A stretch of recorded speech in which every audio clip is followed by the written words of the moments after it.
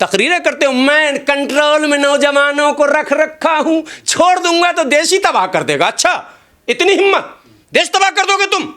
ये देश हमारे बाप का है, किसी को तबाह करने की इजाजत नहीं देंगे।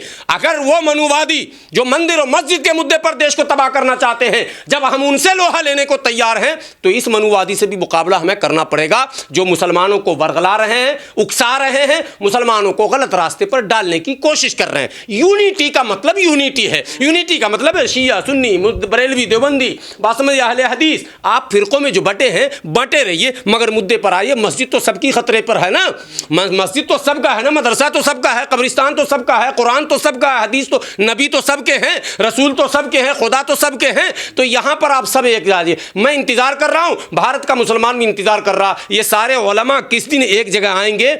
और कोई ज़रूरत नहीं आवाम को लाने की। 15 मौलाना का नाम मैं लिस्ट दे देता हूँ, ये 15 मौलाना आए और मोदी जी से 15 दिन का टाइम ले लें। प्रधानमंत्री जी, 15 दिन के अंदर आप हमको वक्त दीजिए, हम लोग मुल्क के मुस्तकबल के लिए आपसे बात करना चाहते हैं।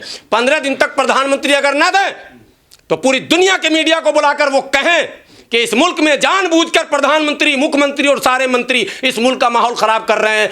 फिर एक नया रास्ता इंतखाब करेंगे। आवाम को इतनी जल्दी सड़क पर लाने की जरूरत नहीं। और अगर आपको लग रहा कोई रास्ता नहीं है तो फिर 1, 2, 10, 20 हजार, 2000, लाख, 50,000 नहीं, 20 लाख, 10 लाख मुसलमान को जमा कर दो, ठप कर दो, बैठ जाओ। मर जाएंगे, बम गिराओ परमाणु तब मरेंगे, गोली चला दो तब मरेंगे, हटेंगे नहीं। पहले फैसला करो ये मुल्क संविधान से चलेगा या नहीं चलेगा। इस मुल्क में जुडिशियरी क्यों पार्लियामेंट द्वारा बनाए गए कानून की खिलाफ वर्जी क्यों कर रहा है, ये सवाल कोई उठाया है? मैं समझता हूँ पूरे भारत में मैं एक बात कर रहा हूँ पत्रकार महोदय, नहीं कोर्ट गलत काम कर रही है, कोर्ट गलत काम कर रही है कानून के खिलाफ।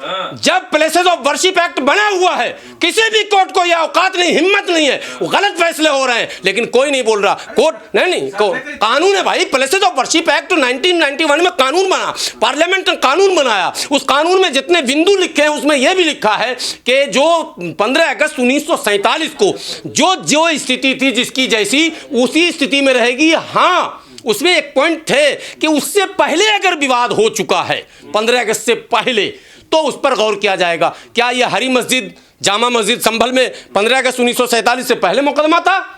ये जुम्मा 8 दिन योगी सरकार में दावा ठोक दिया। एक वकील आया है जो कानून की धज्जी उड़ा रहा लगातार, बाप बेटा दोनों, और घूम घूम के जो है हर जगह लेब PIL उसका PIL स्वीकार हो रहा। और अगर जाने दो मेरी गिरफ्तारी होगी अगर कोई नोट कर ले, और अगर अदालत में ईमानदारी है तो PIL नंबर 1980/2004 और 17 मुकदमे सुप्रीम कोर्ट में है जो 20 साल से धूल फांक रहे हैं। मैं पूछना चाहता हूं, अगर अदालत इंसाफ कर रही है, बाबरी मस्जिद का आया 2011 में, हमारा आया 2004 में, आपने बाबरी मस्जिद का फैसला सुना दिया, मंदिर तोड़कर मस्जिद नहीं बनाई गई थी, फिर क्यों मंदिर बनवाया आपने कहा मूर्ति जबरन घुसाई गई थी, फिर घुसाने वालों को आपने जेल क्यों नहीं भेजा? आपने कहा कि मस्जिद तोड़ना अपराध था, फिर तोड़ने वालों को आपने जेल में क्यों नहीं भेजा? सारे फैसले में लिखे हैं, मैं नहीं कह रहा हूं, सुप्रीम कोर्ट के आदेश में ये सब लिखे हुए हैं। तो आपने क्यों नहीं इस सब पर कार्रवाई की और सीधे आखिरी फैसला दिया? ठीक है, सुप्रीम कोर्ट को सुओ मोटो का अधिकार है, आप सुओ मोटो ले, तो सुओ मोटो आपने अयोध्या पे लिया, संभल पर क्यों नहीं? उस जज पर क्यों नहीं, डिस्ट्रिक्ट जज पर, जिसने 2 ही घंटे में कह दिया जाओ सर्वे करो? क्यों सर्वे करोगे भाई? जब कानून बना हुआ है प्लेसेस ऑफ वर्शिप एक्ट, तो इसकी धज्जी तुम क्यों उड़ाओगे? तुम तो जज हो भाई, तुम्हें तो कानून के पालन के लिए रखा गया है।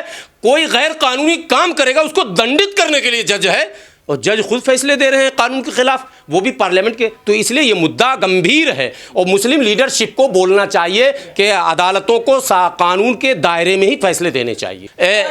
महमूद मंदी गुलाम सरवर कब पहुंचेंगे संभल? नहीं, गुलाम सरवर की औकात है, गुलाम सरवर की औकात है पहुंचने की। मैं तो बहराइच भी गया कोशिश करके, गिरते पड़ते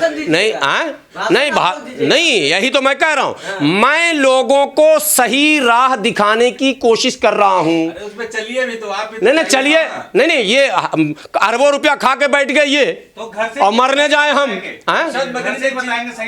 नहीं, घर से क्यों, हमसे ज्यादा कोई फील्ड में है?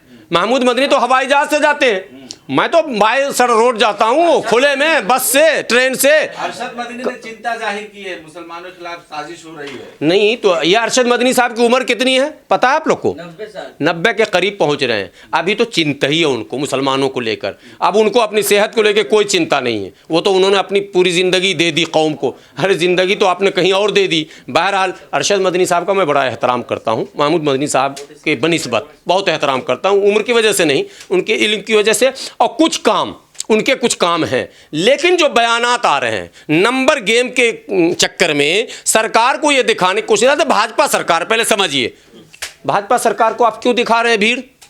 भीड़ तो आपका अनकाउंटेबल नाउन है ना, ये काउंटेबल नहीं है। आपकी भीड़ को मसल दिया जाएगा। लोग कहते हैं कि भाजपा पैसे दे के मुसलमानों की भीड़ जमा करती है। लोगों ने यहां तक कहा कि शाहीन बाग का धरना भाजपा ने कराया। भाई कहा कि नहीं लोगों ने?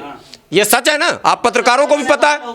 नहीं अरे जिसने भी कहा, और लोगों ने यह भी देखा कि जो आयोजक मंडली था शाहीन बाग का, वो भाजपा ने उसे पट्टा भी पहनाया। ये भी सच है यार।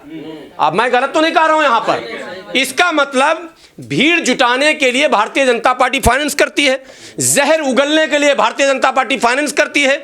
इसका मतलब मुसलमानों को प्रोवोक करने के लिए, मुसलमानों को उत्तेजित करने के लिए, मुसलमानों को जज्बाती बनाने के लिए जो लोग भी जज्बाती तकरीर कर रहे हैं वही भाजपा के एजेंडे को आगे बढ़ा रहे हैं। इसका मतलब, इसलिए मैं कहता हूं शालीनता से यहां से लड़ाई लड़ी जाएगी, यहां से नहीं। और अगर यहां से लड़ना है, तैयारी हो रही है। अरे किसकी हिम्मत है? महमूद मदनी के माँ ने दूध पिलाया तो चले ना, हम चल रहे हैं आगे। संभल चलें, पैदल अभी चलें, कल चलें, ऐलान करें। आपके कैमरे के जरिए बोल रहा हूं। 8700062129 मेरा नंबर है। महमूद मदनी साहब फोन कीजिए, मैं आगे रहूंगा अपने बाल बच्चों के साथ। चलो संभल पैदल नहीं जाएंगे, ये भी बैठकर बयान देंगे। हमको आप कर रहे हो इनके पास? अरे इनके पास तो फोर्स भी है। इन्होंने वो कौन उलमा, वो अरे जमीयत यूथ क्लब परेड भी करवाया था इन्होंने। परेड भी आप लोगों को परेड देखे कि नहीं देखे? जमीयत वो यूनिफॉर्म है विथ, तो इसका मतलब इनके पास एक फोर्स भी है, तो वो फोर्स भी ले लीजिए। और इनके मानने वाले, इनके चाहने वाले अंधभक्तों की 80% आबादी पश्चिम उत्तर प्रदेश में है, अंधभक्त मुसलमानों की। आप लोग मोदी भक्त सुने होंगे, अंधभक्त, मुस्लिम अंधभक्त तो नहीं सुने हो ना आप। इनके मानने वाले भी अंधभक्त हैं जो कहते हैं मर जाऊंगा, कट जाऊंगा, जन्नत तो यही मौलाना पहुंचा रहे, भूल भुलैये में क्यों घूम रहे हो? जन्नत तो दूर की बात है, जन्नत के गेट से बाहर करवा देंगे। ये खुद जाएंगे कि नहीं जाएंगे अभी डाउट है। हमको तो लगता है इनका लंबा हिसाब किताब होना, लेकिन बहरहाल अभी फालतू की बात का वक्त नहीं है। क्या कहेंगे? हो गई ना? देखिए मैंने ये बात सुबह कही, अभी हो गई। सांसद गिरफ्तार भी होंगे, आजम खान बना दिए जाएंगे। जाहिल हुक्म जो है इस मुल्क में लीडरशिप टिक नहीं पाएगा। और मैं देखिए रास्ते क्या हैं आप कहेंगे, फाइनली मैं बता रहा हूं। दो रास्ते हैं, या तो कुरान इस्लाम का अपना तरीका है हिकमत। हिकमत जब बोलते हैं तो फिर अंधभक्त कहेंगे अच्छा तो मैं डर जाऊं क्या? नाउज़ बिल्लाह, मैंने हिकमत का जिक्र जहां जहां किया गया वो डर बताया गया क्या? नो, इस्लाम में डर है क्या? खौफ है क्या? खौफ और ईमान का कोई रिश्ता नहीं है, कहीं तालमेल ही नहीं है। हिकमत का मतलब है कि सर जोड़कर बैठकर इस मुल्क का मुस्तकबल कैसा होगा, कौम के कारनामे इस मुल्क के लिए कैसे होंगे, क्या रोल प्ले हम कर सकते हैं इन फ्यूचर इस देश में, इसके लिए। अयोध्या चली गई बाबरी मस्जिद, नहीं हिकमत में नहीं गई ना।